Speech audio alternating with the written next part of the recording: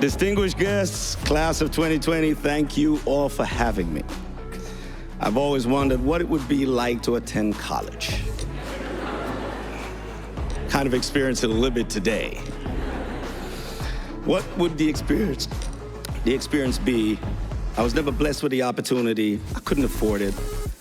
I would have loved to have gotten a college experience and receive a higher education. See, I'm from a single-parent family. I was raised by my mom and partly by my grandmother. Like most Jamaican inner-city families, dads weren't always present. I'm from a small fishing village in the downtown area of Kingston called Raytown, a place made famous for the birth of the sound system. Any Jamaican or Caribbean people in here? Y'all would know the significance of the sound system to dancehall and reggae culture. I've always had music in my blood, even though no one else in my family ever did music. So it wasn't surprising to me that music would be my path. After all, I was so passionate about it, and you know what they say, you can't excel at anything without passion. My journey still continues. I'm here at Brown's University, accepting an honorary degree from an Ivy League school.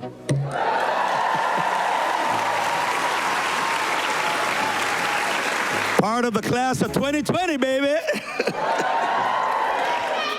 So just so you know, that's life, and it only gets better. I didn't get to go to college, but I had an amazing journey. I traveled around the world. I've been to many cities, met many great people, sat with great leaders and politicians and royalty. I remember sitting at the table with the great Nelson Mandela and feeling like I just met the closest thing to an actual God. I remember his humility and how he made me feel like I was the only person in the room. I remember getting a call from Michael Jackson to perform at the Jackson 5 30th anniversary celebration in Madison Square Garden. And Michael saying to me, "Did you write It Wasn't Me?" I said, "Yeah, that's my favorite song. Sounds like something I would write." At that point, I was excited that he even knew my name, or, you know, that was just crazy for me. I remember meeting the Queen, sitting with the Pope, and even having the distinguished honor of meeting the lead singer of the Police. One advice my brother Sting told me on giving this speech, he said, "Shaggy, tell them about your journey. You told it to me and I was inspired." So my purpose here today is to inspire. And I do so by sharing my journey. We sometimes pull inspiration from the most unlikeliest people and situations. I remember meeting the great James Brown, who sat me down, who gave me one of the most profound sit-downs ever that I've ever received. I was on tour in Antwerp.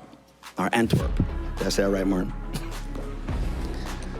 And we were on this tour with, it was me, Joe Cocker, James Brown, the Pointer Sisters, Cyndi Lauper. I was the youngest guy on the whole thing. We were there for a whole month, and every single night I came out on stage, they'd bring a chair to the side of the stage, and James Brown would sit down and do this. And he did it to no one else but me every night. So I always got away with calling him, "Hey, Godfather!" And it was like, "Shaggy!" While everybody walked by and said, "How you do that? We have to call him Mr. Brown." One day he kicked my door open. Didn't knock, kicked it open. My dressing room door. He walked in. There was a huge security guard behind him, and he stood behind me, behind the door.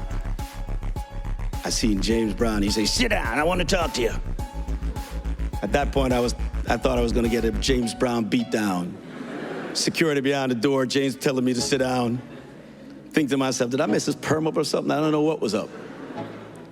He said, "Sit down, I want to talk to you. Let me tell you something. I've seen them come and I've seen them go. I've been to your country, I roll it up and smoke it with Marley. You the truth. Let them see both sides of you. And you funny. Let me tell you something. They could take away your woman, your house, your car, your money, but there's one thing they'll never take from you, and that's your talent."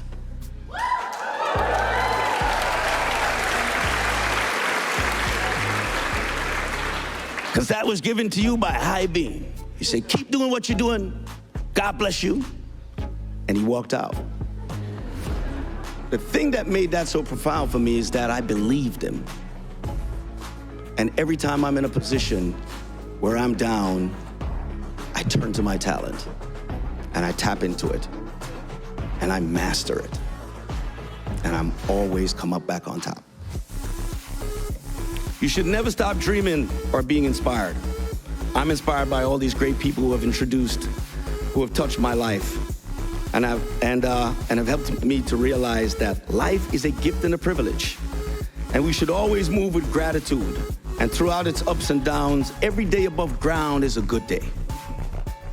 You see, we're all here for different reasons, and we all have different paths to take on our journey. From day one, when we were born, we take our first breath, right? And on the day we pass, we take our last breath. So we have only a certain amount of breaths to take within our journey.